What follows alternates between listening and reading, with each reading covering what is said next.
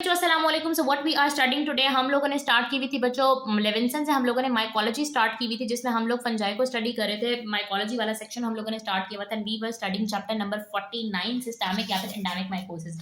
Previous video के अंदर मैंने आप लोगों को इसका सारा ओवरव्यू समझा दिया था, तो वो ओवरव्यू बच्चों बहुत ज्यादा जरूरी है समझना, क्योंकि अगर आप लोगों को एक जनरल कंसेप्ट आ जाता है ना, तो उसके बाद जो है ना आप फर्दर मजीद एक एक ऑर्गेनिज्म का, एक एक फंगल पैथोजन का जो डिटेल्ड एस्पेक्ट है वो ज्यादा अच्छे से जो है ना आप लोग स्टडी कर सकते हो। जी वजह तो हम लोग कॉक्सीडियोड्स के बारे में बात कर रहे थे। सबसे पहला ऑर्गेनिज्म हमारे पास कॉक्सीडियोड्स है। So let's start from coccidioides. बच्चों जो कॉक्सीडियोड्स है वो जीनस का नाम है। इसके आगे दो स्पीशीज होती हैं, कॉक्सीडियोड्स इमिटिस होती है और पोजाडाजी होती है। लेकिन ये चीजें याद करना इतना ज्यादा इंपॉर्टेंट नहीं है। कॉक्सीडियोड्स के अंदर और चीजें हैं जो इंपॉर्टेंट है। मैं साथ साथ आप लोगों को एग्जाम पॉइंट ऑफ व्यू से भी गाइड करती रहूंगी कि कौन सी चीज कितनी इंपॉर्टेंट है, वाइवा के लिहाज से, ऑस्पी के लिहाज से या एमसीक्यूज के लिहाज से। ठीक है। सो कॉक्सीडियोड्स की दो स्पीशीज हैं, कॉक्सीडियोड्स इमिटिस और पोजाडाजी। डिजीज ये कौन सी कॉज कर रही होती है बच्चों? ये कॉक्सीडायोडोमाइकोसिस कॉज कर रही होती है। जैसा उसका नाम है कॉक्सीडियोड्स, आगे आपने माइकोसिस लगा देना है। सो कॉक्सीडायोडोमाइकोसिस ये कॉज कर रही होती है। मैंने बताया है कि जितनी भी फंजाई हम पढ़ेंगे वो डायमॉर्फिक फॉर्म में एग्जिस्ट करी होंगी, यानी कि जब वो सॉइल में होंगी तो और फॉर्म में होंगी, जब आपके टिश्यूज या लंग्स में आएंगी तो और फॉर्म में होंगी। अब ये जब सॉइल में होती है तो मोल्ड फॉर्म में होती है और वहां पे स्पोर्स प्रोड्यूस कर रही होती है जिनको आर्थ्रोस्पोर्स कहते हैं। और जब ये आपके लंग्स के अंदर आती है स्पोर्स की इनहेलेशन की वजह से, तो अपनी शक्ल तब्दील कर लेती है और ये स्फेर्यूल फॉर्म के अंदर आ जाती है, which is filled with endospores. तो बच्चों आप लोगों ने याद रखना है कि यहाँ पे आप लोगों ने यीस्ट नहीं लिखना, यहाँ पे आप लोगों ने स्फेर्यूल लिखना है। बाकी रिमेनिंग ये जितनी भी तीन फंगस है ना, हिस्टोप्लाज्म, ब्लास्टोमाइसिस, पैराकॉक्सीडियोड्स, इसमें यीस्ट और मोल्ड फॉर्म है। लेकिन कॉक्सीडियोड्स के अंदर यीस्ट फॉर्म नहीं है, मोल्ड और स्फेर्यूल फॉर्म है। ठीक है। और ट्रांसमिशन कैसे हो रही होती है कि ये एंडेमिक होती है सॉइल के अंदर। ये कौन से इलाकों में पाई जाती है? साउथ वेस्टर्न यूनाइटेड स्टेट्स और लैटिन अमेरिका। अब ये इतना याद रखने की जरूरत नहीं है कि कौन सी सॉइल के अंदर ये एंडेमिक होगी। आप एक एक तो ज्योग्राफियाई उसकी हदूद याद कर भी नहीं सकते। इसकी पैथोजेनेसिस हमारे पास बच्चों क्या होती है कि मैंने आप लोगों को बताया कि ये जब सॉइल में होगी तो ये हमारे पास मोल्ड की फॉर्म में होगी। और जब मोल्ड फॉर्म होती है उसका स्ट्रक्चर क्या होता है कि मोल्ड फॉर्म में हमारे पास एक हाइफी होता है जो कि long thin filamentous thread like होता है। और वहां पे क्या बना रही होती है? हाइफी के ऊपर क्या बन रहे होते हैं? स्पोर्स बन रहे होते हैं। और इस केस के अंदर कॉक्सीडियोड्स के अंदर हम स्पोर्स को क्या कहते हैं? आर्थ्रोस्पोर्स। ठीक है। ये टर्म्स आप लोगों को समझ आ गई हैं बच्चों? आप लोग ना क्या कहते हैं वो लिया करो, जनरल ओवरव्यू वाले जो लेक्चर्स होते हैं वो लास्ट में अटेंड किया करो। जनरल ओवरव्यू बनाने का मकसद यही होता है कि पहले आप लोगों को सारी टर्म्स पता चल जाए, ताकि आप एक एक ऑर्गेनिज्म के अंदर जो बार बार वो टर्म्स आएंगी तो आपको कुछ नो हाउ होगी। तो सॉइल के अंदर ये जो होती है हमारे पास कॉक्सीडियोड्स, ये हमारे पास होती है हाइफी की फॉर्म में। हाइफी के एंड पे बन रहे होते हैं आर्थ्रोस्पोर्स। आर्थ्रोस्पोर्स भी बन रहे होते हैं, कुछ एम्पटी सेल्स भी बन रहे होते हैं, लेकिन लेट्स इग्नोर एम्पटी सेल्स, हम आर्थ्रोस्पोर्स की बात करते हैं। अब जब वो बंदा उस सॉइल में जाएगा जहां पे इसके स्पोर्स पड़े हुए हैं, और अगर वो स्पोर्स को इनहेल कर लेगा, आर्थ्रोस्पोर्स को इनहेल कर लेगा, तो आर्थ्रोस्पोर्स चले जाएंगे उसके लंग्स के अंदर। और लंग्स के अंदर जाने के बाद उन्होंने अपनी फॉर्म तब्दील करनी है। उन्होंने किस फॉर्म के अंदर कन्वर्ट होना है? उन्होंने स्फेर्यूल की फॉर्म में कन्वर्ट हो जाना है बच्चों। ठीक है। आर्थ्रोस्पोर्स हमारे पास क्या बना देते हैं? स्फेर्यूल्स बना देते हैं। और ये स्फेर्यूल क्या होता है? ऐसे ना थिक सा स्ट्रक्चर होता है डबली रिफ्रैक्टिव वॉल के साथ, यानी इसकी दो वॉल्स होती हैं और ये थिक सा स्ट्रक्चर होता है, और इसके अंदर मजीद स्पोर्स होते हैं जिनको हम कहते हैं एंडोस्पोर्स। तो आर्थ्रोस्पोर से हमारे पास बने थे स्फेर्यूल, और स्फेर्यूल हमारे पास एक ऐसा थिक सा स्ट्रक्चर होगा जिसके अंदर एंडोस्पोर्स होंगे। तो जैसे ही हमारे पास आर्थ्रोस्पोर की यहाँ से वॉल रप्चर होगी, यहाँ से वॉल इसकी ब्रेक होगी, तो इसके अंदर जितने भी एंडोस्पोर्स थे वो सारे रिलीज हो जाएंगे और वो डिफ्रेंशिएट होके और इस तरह के स्फेर्यूल्स बनाएंगे। मतलब स्फेर्यूल बनेंगे, उसकी वॉल फटेगी, एंडोस्पोर निकलेंगे, एंडोस्पोर मजीद स्फेर्यूल बनाएंगे, वो फटेंगे, उनसे आगे जो है ना, मतलब इस तरह से ये साइकिल रिपीट होते रहते हैं और आपके लंग्स के अंदर ये इन्फेक्शन कॉज करते रहते हैं। अब मैं आप लोगों को ना आपकी बुक से भी एक दफा इसकी तस्वीर दिखा देती हूँ ताकि आप लोगों को साइकिल की थोड़ी सी समझ आ जाए। ये देखें, ये हमारे पास क्या रहती है? इसकी हाइफी रहती है और हाइफी के ऊपर क्या बन रहे होते हैं? आर्थ्रोस्पोर्स और एम्पटी सेल्स। ये आप लोगों को आर्थ्रोस्पोर्स नजर आ रहे हैं, ये इस तरह के होते हैं। आर्थ्रोस्पोर्स यहाँ से टूट टूट के मिट्टी में गिरते रहते हैं। जो बंदा जाएगा वो स्पोर्स को, आर्थ्रोस्पोर्स को इनहेल कर लेगा, और आर्थ्रोस्पोर इनहेल होने के बाद हमारे पास ये स्फेर्यूल बनाते हैं। ये दिस इज द स्फेर्यूल, ठीक, डबली रिफ्रैक्टिव वॉल। और इसके अंदर क्या होते हैं बच्चों? एंडोस्पोर्स होते हैं। ठीक है। ये आप लोगों को आई होप कि नजर आ रहा है। ये देखें, अब ये देखें, ये हमारे पास क्या होता है? ये स्फेर्यूल होता है विद डबली रिफ्रैक्टिव वॉल, और उसके अंदर क्या होते हैं? एंडोस्पोर्स होते हैं। जब ये स्फेर्यूल की वॉल ब्रेक होती है तो इस तरह से एंडोस्पोर्स जो है ना वो रिलीज हो जाते हैं, वो दोबारा ये स्फेर्यूल बना देते हैं, तो ये साइकिल रिपीट होता रहता है। और ये हमारे पास बच्चों क्या थे? ये हाइफी थी, और यहाँ पे हाइफी के साथ आगे जो है ना वो आर्थ्रोस्पोर्स लगे हुए थे, और आर्थ्रोस्पोर्स जो है ना वो टूट टूट के सॉइल के अंदर जो है ना वो रिलीज हो रहे थे। ठीक हो गया। ठीक है जी। ये कॉक्सीडियोड्स इमिटिस का यहाँ पे भी इन्होंने जो है ना वो स्फेर्यूल दिखाया हुआ है। ये देखें, कॉक्सीडियोड्स इमिटिस का ये स्फेर्यूल दिखाया हुआ है, और इसके अंदर क्या आ जाते हैं हमारे पास?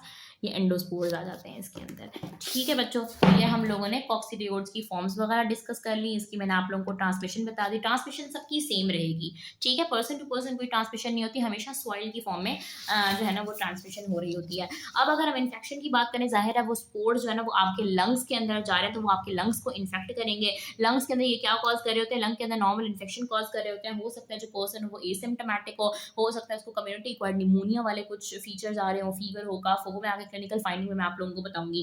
इसके अलावा ये ग्रेनुलोमैटिस लीजन कॉज कर सकता है बोन्स के अंदर, ठीक है। ऑस्टियोमाइलिटिस यानी डिसेमिनेट भी हो सकती है, इन्फेक्शन आपकी बोन्स में जा सकती है, आपके मेनिंजीज में जा सकती है। ऑस्टियोमाइलिटिस और मेनिंजाइटिस कॉज कर रही होती है।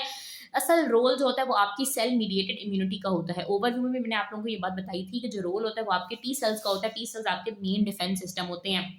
अगर आपकी सेल मीडिएटेड इम्यूनिटी बहुत स्ट्रॉन्ग है तो आपकी जो इन्फेक्शन होगी वो लोकलाइज रहेगी। हो सकता है आपको सिम्टम ही ना है, आपको पता ही ना चले। इस तरह तो बच्चों देखो, अब हम लोग इतनी दफ़ा बाहर निकलते हैं, इतनी दफ़ा मट्टी में जाते हैं, छोटे बच्चे तो मट्टियों में खेल खेल के बड़े होते हैं, तो सबको ये इन्फेक्शन क्यों नहीं होती? ऐसे तो फिर हर मट्टी के अंदर, हर इलाके के अंदर मट्टी के अंदर स्पोर्स और बैक्टीरिया और ये चीज़ें होनी चाहिए, तो फिर लोग क्यों बीमार नहीं होते? तो बच्चों ये डिपेंड कर रहा होता है आपकी इम्यूनिटी के ऊपर। अगर आपकी इम्यूनिटी बहुत अच्छी है, अगर आपका डिफेंस सिस्टम बहुत स्ट्रांग है, तो आपकी इन्फेक्शन हो सकता है सिम्टम लेस रहे, हो सकता है लोकलाइज रहे, आपको पता ही ना चले।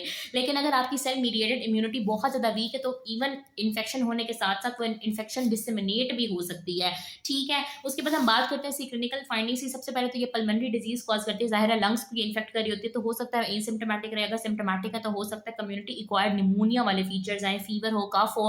और एक्सरे के ऊपर जो आपको ना कुछ चेंजेस मिल रही होती हैं। एक्सरे के ऊपर आपको क्या मिल सकता है, इनफिल्ट्रेट्स मिल सकते हैं, एडिनोपैथी मिल सकती है, इफ्यूजन मिल सकती है, ठीक है। और इसके अलावा आपको जो है ना वो एरिदीमा नोडोजम भी मिल सकता है, वो मैं आगे जाके आपको बताऊंगी। फिर आपके पास बस दो टर्म्स लिखी हुई हैं, एक है आपके पास वैली फीवर और एक है डेजर्ट रूमेटिज्म। ये डिपेंड कर रहा होता है कि ये किस इलाके में हो रहा है। मैंने आपको बताया ना कि ये एंडेमिक इन्फेक्शन है, ये इलाके टू इलाके वेरी करती हैं। वैली फीवर हमारे पास कहाँ पे होता है, कैलिफोर्निया के अंदर जो कॉक्सीडायोडोमाइकोसिस है, ये इन्फेक्शन है, इसको वैली फीवर बोला जाता है, ठीक है। और डेजर्ट रूमेटिज्म कहाँ पे बोला जाता है, एरिजोना के अंदर। बच्चों ये इलाकों के नाम है। कैलिफोर्निया का तो मुझे वैसे सुना सुना था, एरिजोना मुझे भी नहीं पता था। तो एरिजोना के अंदर इसको हम लोग डेजर्ट रूमेटिज्म बोल रहे होते हैं। और पेशेंट्स को जॉइंट पेन हो सकता है, बोन पेन, क्योंकि ये बोन्स के अंदर डिसेमिनेट हो सकता है, साथ में एरिदीमा नोडोजम हो सकता है। अब एरिदीमा नोडोजम क्या होता है वो मैं आप लोगों को पूरा एक्सप्लेन करती हूँ। बच्चों एरिदीमा का लफ्जी मतलब है हमारे पास रेडनेस, ठीक है। एरी का वर्ड जहाँ पे आता है, जैसे एरिथ्रोसाइट्स हमने पढ़ा था तो उसका मतलब रेड होता है। सो एरिदीमा और नोडोजम का मतलब है नोड्यूल्स। तो इसमें क्या होता है एरिदीमा नोडोजम के अंदर के रेड टेंडर नोड्यूल्स आपके शिन्स के ऊपर, यानी कि जो आपकी टिबिया बोन होती है ना, जैसे आप अपनी टांग को नीचे हाथ लगाओ तो आपको मीडियली एक बड़ी बोनी सी स्ट्रक्चर मिलता है बड़ा, क्योंकि वहाँ पे मसल नहीं होते, सिर्फ बोन ही होती है, तो उसको टिबिया या फिर आपके शिन बोन बोलते हैं। शिन बोन के ऊपर और आपके एंकल्स यानी कि आपके टखनों के ऊपर जो रेड और टेंडर से यानी कि दर्द वाले जो है ना वो नोड्यूल्स बन जाते हैं। और ये बच्चों ये एक अच्छा साइन है, ठीक है। ये किस चीज का साइन है कि आपके अंदर बेसिकली इम्यूनिटी प्रेजेंट है, ठीक है। ये बेसिकली एक हाइपर सेंसिटिविटी रिएक्शन हो रहा होता है जो कि आपके इन फंगल एंटीजेंस की वजह से हो रहा होता है। और ये कंडीशन जो है ना वो खुद ब खुद 3 से 6 हफ्तों के अंदर रिजॉल्व हो जाती है। और इसका ट्रीटमेंट भी मौजूद होता है। ये इन्फ्लेमेटरी कंडीशन होती है इस तरह से ना। ये देखें आपकी टिन कह रही हूँ, टीबिया या शिन बोन के ऊपर और एंकल्स के ऊपर ना ये रेड टेंडर नोड्यूल्स बन जाते हैं, ये खुद ब खुद ठीक भी हो जाते हैं। और ये इनको डेजर्ट बम्प्स भी कहते हैं, ठीक है। एरिदीमा नोडोजम के जो नोड्यूल्स होते हैं they're also called desert bump. ये एक्सटेंसिव सरफेस पे हो रहे होते हैं, skin over the tibia and ulna. और ये बेसिकली आपके पास एक डिलेड या फिर cell mediated hypersensitivity response होता है फंगल एंटीजेंस को। It is an indicator of good prognosis. इसका मतलब है कि आपके अंदर टी सेल इम्यूनिटी बहुत अच्छी है और आपके अंदर डिसेमिनेशन नहीं होगी, ठीक है। और ये इसका मतलब है कि डिसेमिनेशन नहीं होगी। इसका ये मतलब नहीं है कि डिसेमिनेशन हो चुकी है, आपकी टांगों को इन्फेक्शन लग गई है, या ऐसा कुछ नहीं है। इसका मतलब है कि इन्फेक्शन की जो डिसेमिनेशन है वो नहीं होगी। ये सिर्फ कॉक्सीडियोडोमाइकोसिस के अंदर ही नहीं होता, ये एरिदीमा नोडोजम है, ये इंशाल्लाह हम लोग आगे हिस्टोप्लाज्मोसिस के अंदर भी पढ़ेंगे। इसके अलावा जो ट्यूबरक्लोसिस के पेशेंट्स होते हैं, टीबी के पेशेंट, उनके अंदर भी एरिदीमा नोडोजम हो रहा होता है, ठीक है। तो ये एक तो हम आप लोगों ने यहाँ याद रखनी, आगे हिस्टोप्लाज्मोसिस के अंदर भी हम इंशाल्लाह इसको स्टडी कर रहे होंगे। उसके बाद हमारे पास यहाँ पे स्किन टेस्ट आ जाता है, जिसकी मैं आपको डिटेल्ड में ओवरव्यू में के अंदर बात बताई थी कि स्किन टेस्ट हमारे पास क्या होता है। Delayed type 4 hyper sensitivity reaction होता है, जिसके नतीजे में आपको जो है ना वो फंगल एंटीजेंस इंटरडर्मली इंजेक्ट किए जाते हैं और आपकी बॉडी उसके ऊपर रिस्पॉन्स शो कर रही होती है, इन ड्यूरेशन या स्वेलिंग शो कर रही होती है of greater than 5 millimetre after certain time, after 48 hours या 24 to 48 आवर्स, ठीक है। स्किन टेस्ट जो है ना वो even 2 to 4 weeks of infection के अंदर पॉजिटिव होते हैं। और अगर स्किन टेस्ट नेगेटिव आ रहे हैं तो इसका क्या मतलब है, नेगेटिव स्किन टेस्ट का मतलब ये होगा कि आपके अंदर या तो डिजीज अभी बहुत एक्टिव है, बहुत फ्रेश है, यानी कि एक आधा दिन हुआ इन्फेक्शन हुए हुए, तभी स्किन टेस्ट नेगेटिव हो सकता है। या फिर अगर आपके अंदर डिसमिनेशन हो चुकी है और टी सेल्स बचे ही नहीं है, तो फिर इसका मतलब है कि तब भी आपके अंदर नेगेटिव स्किन टेस्ट रिजल्ट आ सकते हैं। ठीक है। जो डिसमिनेटेड डिजीज होती है ना उसके अंदर बेसिकली एनर्जी हो चुकी होती है। एनर्जी का मतलब ये होता है कि आपके अंदर टी सेल्स बचे ही नहीं है जो रिस्पॉन्स शो कर सकें, क्योंकि ये जो delayed hyper sensitivity type 4 reaction है ये टी सेल्स की वजह से होता है। मैंने बहुत कोशिश की कि आप लोगों को इस पॉइंट को क्लियर कर दूं, लेकिन अगर फिर भी आप लोगों को कुछ समझ ना आए तो you can ask me in the comment section. ठीक है। फिर हमारे पास लैब डायग्नोसिस आ जाती है बच्चों। लैब डायग्नोसिस में आप क्या लेते हैं, टिश्यूज का स्पेसिमेन लेते हैं। जाहिर है ये आपके टिश्यू वगैरह को इंजर करी होती है, लंग टिश्यू का स्पेसिमेन आप लोग ले सकते हैं। जब आप माइक्रोस्कोपी करेंगे तो वहां पे आपको स्फेर्यूल्स नजर आएंगे। ठीक है। मैंने आपको बताया ना कि माइक्रोस्कोपी में आपने टिश्यू वाली फॉर्म देखनी है। टिश्यूज के अंदर हमारे पास क्या मौजूद होते हैं, स्फेर्यूल्स मौजूद होते हैं। मोल्ड तो मौजूद होता नहीं है, मोल्ड तो इन्वायरमेंट के अंदर होता है, मोल्ड तो सॉइल के अंदर होता है। आपके टिश्यूज के अंदर तो स्फेर्यूल्स होंगे, स्फेर्यूल्स फिल्ड विद एंडोस्पोर्स। तो आपको वहां पे स्फेर्यूल्स फिल्ड विद एंडोस्पोर्स नजर आएंगे, जैसे मैंने अभी आप लोगों को यहाँ पर दिखाया भी है ना इस तस्वीर के अंदर। तो ये माइक्रोस्कोपी के अंदर स्फेर्यूल्स फिल्ड विद एंडोस्पोर्स नजर आते हैं। और जब आप कल्चर करते हैं तो कल्चर में आपको मोल्ड फॉर्म नजर आता है, उसके लिए हम सेबरॉड जगार यूज करते हैं। और मोल्ड में हमारे पास क्या होते हैं, सेप्टेट हाइफी होते हैं विद आर्थ्रोस्पोर्स। ये देखो यहाँ पे भी जो मैंने आप लोगों को हाइफी दिखाए थे, ये देखो ये सेप्टेट हाइफी और साथ में ऊपर आर्थ्रोस्पोर्स भी आपको नजर आ रहे होंगे। ठीक है। सीरोलॉजिकल टेस्टिंग भी हम लोग कर रहे होते हैं, जिसमें हम ट्यूब प्रेसिपिटेंट टेस्ट कर रहे होते हैं, कॉम्प्लीमेंट फिक्सेशन टेस्ट कर रहे होते हैं। सो ट्यूब प्रेसिपिटेंट टेस्ट से जो है ना वो हम एक्यूट इन्फेक्शन का पता लगा रहे होते हैं। ऐसे हम IgM के जो है ना टाइटर्स देख रहे होते हैं। और कॉम्प्लीमेंट फिक्सेशन टेस्ट होता है जिससे हम IgG डिटेक्ट कर रहे होते हैं। जहां पे भी बच्चों IgM की डिटेक्शन हो या IgM का टाइटर हो, IgM तादाद में ज्यादा हो, तो उसका मतलब है कि ये एक्यूट इन्फेक्शन है। और अगर कहीं पे जो है ना IgG का लेवल ज्यादा होता है तो हम वो क्रोनिक इन्फेक्शन को रिप्रेजेंट कर रहा होता है। तो बच्चों हम लोगों ने आज पहला ऑर्गेनिज्म स्टडी किया है चैप्टर नंबर 49 का, दैट इज कॉक्सीडियोर। जिसमें याद रखने वाली जो बातें हैं ना वो मैं आपको इसके बाद बताती हूँ। पहले मैं आपको सारा रिवाइज करा दूँ। कॉक्सीडियोर्स इमिटिस भी होता है, पोजरासी भी होता है। डिजीज कौन सी कॉज कर रही होती है, कॉक्सीडियोडोमाइकोसिस। डायमॉर्फिक फंजाई होती है, जब सॉइल में होती है तो मोल्ड फॉर्म में होती है, जब टिश्यूज के अंदर आती है तो स्फेर्यूल फिल्ड विद एंडोस्पोर। और ट्रांसमिशन कैसे हो रही होती है, सॉइल्स के अंदर आर्थ्रोस्पोर्स की इनहेलेशन की वजह से। जब ये सॉइल में होती है तो हाइफी बनाती है, हाइफी के एंड पे आर्थ्रोस्पोर्स लगते हैं। आर्थ्रोस्पोर बंदा इनहेल करता है, अंदर जाके वो आर्थ्रोस्पोर स्फेर्यूल बनाते हैं which are filled with endospore. Spherule की वॉल रप्चर होती है, आर्थ्रोस्पोर रिलीज होते हैं, दोबारा से स्फेर्यूल्स बनते हैं। इस तरह से इन्फेक्शन जो है वो होती रहती है।